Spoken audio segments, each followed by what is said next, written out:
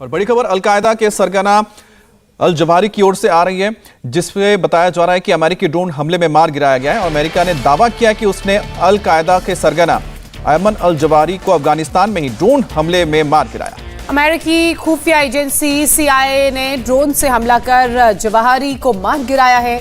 यह हमला Afghanistan counter terrorism operation के तहत किया गया।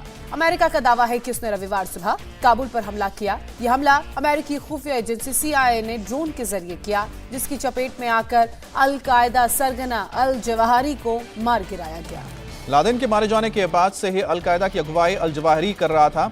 साल 2011 में उसामा बिन लादेन के मारे जाने के बाद अल-कायदा को तब से अल जवाहिरी ही लीड कर रहा था और यह अल-कायदा के लिए बहुत बड़ा झटका है। आपको बता दें कि भले ही उसामा बिन लादेन अल-कायदा का सरगना रहा हो, लेकिन इसकी जो नींव रखी गई थी अल-कायदा की, उसका जो फाउंडिंग मेंबर आप कह सकते हैं वो अल जवाहिरी था। पेशे से डॉक्टर है, इजिप्ट का ये नागरिक था, लेकिन ये रेडिकलाइज होता है, उसके बाद ये अल-कायदा की शुरुआत करता है। हालांकि इसकी जो बागडोर है वो आगे उसामा बिन लादेन को दे देता है।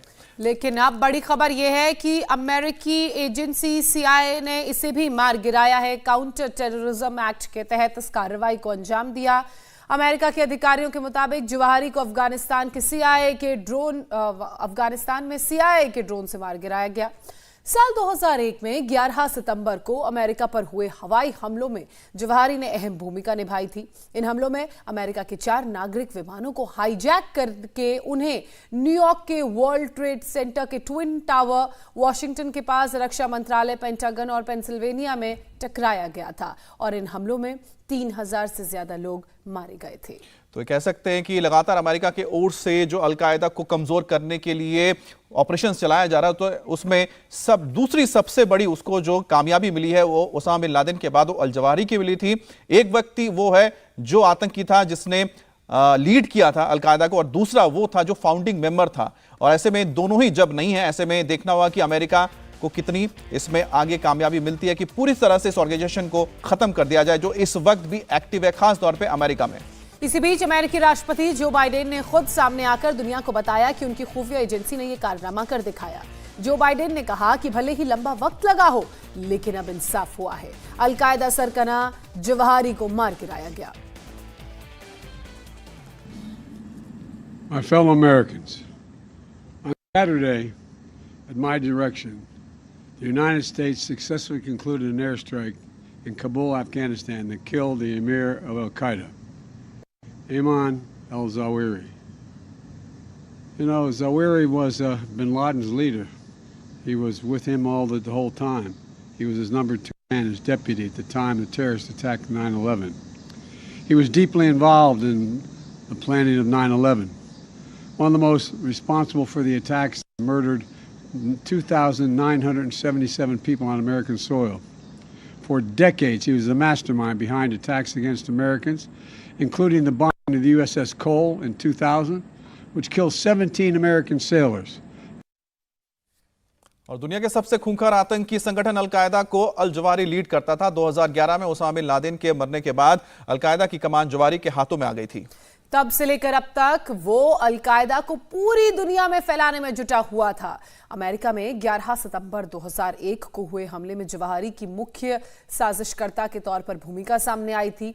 पूरी साजिश उसके ही दिमाग की उपज थी। जवाहिरी लादेन का बेहद खास था। 2001 के बाद जब लादेन अफगानिस्तान से भागा तो वो अल-कायदा कमांडर्स और लादेन के बीच कड़ी बना। अल जवाहिरी इराक और पाकिस्तान के अल-कायदा लीडर्स के साथ रिश्ते बनाए रखने के लिए भी गहराई से जुड़ा था। 1993 में सोमालिया में अमेरिकी सैनिकों की हत्या करवाने में भी अल जवाहिरी का ही दिमाग माना जाता है। अब 7 अगस्त 1998 को नैरोबी, केनिया और तंजानिया में अमेरिकी दूतावासों के सामने एक साथ कई धमाके हुए थे और इसके पीछे भी जो मास्टरमाइंड है वो जवाहिरी का ही बताया जा रहा है। 2005 में लंदन में हुए बम धमाकों के पीछे भी जवाहिरी का ही हाथ माना जाता है। 2001 के बाद अमेरिका की खुफिया एजेंसी अल जवाहिरी के पीछे लगी हुई थी, लेकिन अल जवाहिरी का कुछ पता नहीं लगा था। अल जवाहिरी हमेशा अपने नेटवर्क के अंदर ही रहता था। उसकी सुरक्षा घेरे में चंद लोग ही शामिल थे। वो इनके अलावा किसी पर समझौता नहीं करता था, ना भरोसा करता था। बार बार लोकेशन चेंज करने, मुश्किल से मुश्किल लोकेशन पर ठिकाना बनाने की वजह से अल जवाहिरी अब तक सबकी नजरों से बचा रहा। बताया तो यह भी जा रहा है कि उसने अपना ज्यादातर वक्त पाकिस्तान अफगानिस्तान की सीमाओं पर गुजारा। मुश्किल पहाड़ी दर्रों में अपना ठिकाना बनाकर वो अमेरिका की नजरों से अब तक बचता रहा। कुछ दिनों पहले कर्नाटक में हिजाब कंट्रोवर्सी हुई।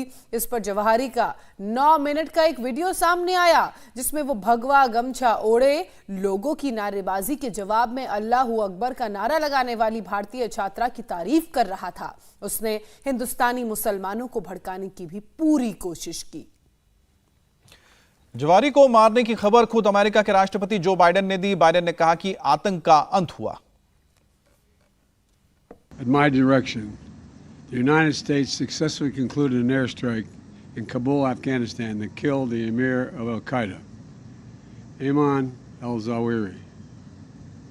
You know, Zawahiri was bin Laden's leader. He was with him the whole time.